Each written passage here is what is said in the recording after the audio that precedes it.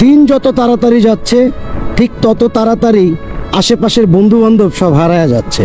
ক্রমশই চেনা মুখগুলা খুব সহজেই হারায়া যায়। এটাই হয় ভাই।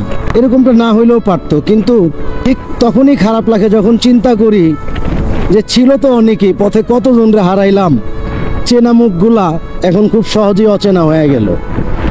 জীবনের তাগিদে হয়তো বা এখন অনেকেই অনেক দূরে। কষ্ট লাগে এবং খারাপ লাগা থেকে বলতেছি, ভালোবাসি ওই সকল মানুষগুলোরে যারা কিনা খুব সহজেই হারায় গেল। আফসোস।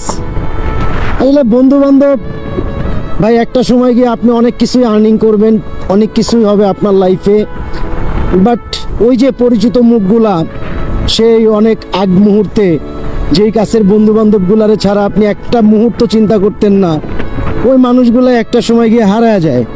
একটা সময় গিয়ে নিজের লাইফটার এমনভাবে সেট করার লক্ষ্যে বের হয়, দেখা গেছে যে আপনার যেখানে আপনি দিনে একবার হইলেও কথা হইতো, সেখানে আপনার বছরেও একবারে কথা হবে না। এটাই রিয়েলিটি ভাই।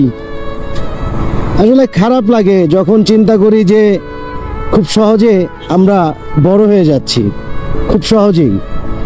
মানে এত আর্লি বড় না হইলেও পারতাম, বাট এত আর্লি কেন বড় হইলাম এটা নিয়েও নিজের মধ্যে এখন অনেক ধরনের বিষয় কাজ করে, যেগুলোর প্রপার এক্সপ্লেন করতে গেলে নিজের খুব বেশি ইমোশনাল হইতে হয়।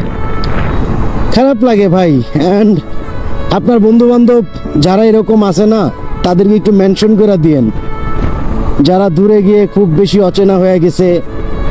আগের দিনে একবার খোঁজ হইতো, এখন বছরে একবারও খোঁজ হয় না। ভালো লাগে না, এই লাইফ ভালো লাগে না ভাই, সত্যি ভাই।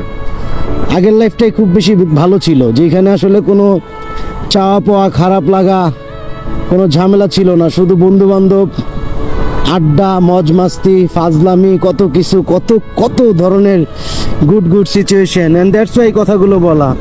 তো if you like this video, don't forget to share, and পারলে মেনশন করে জানায় দিও তোমার ওই বন্ধুকে, যেই বন্ধুরে তুমি খুব বেশি ভালোবাসো, খুব বেশি মিস করো, খুব বেশি চিন্তা করো কবে আবার এক হবা। আল্লাহ হাফেজ।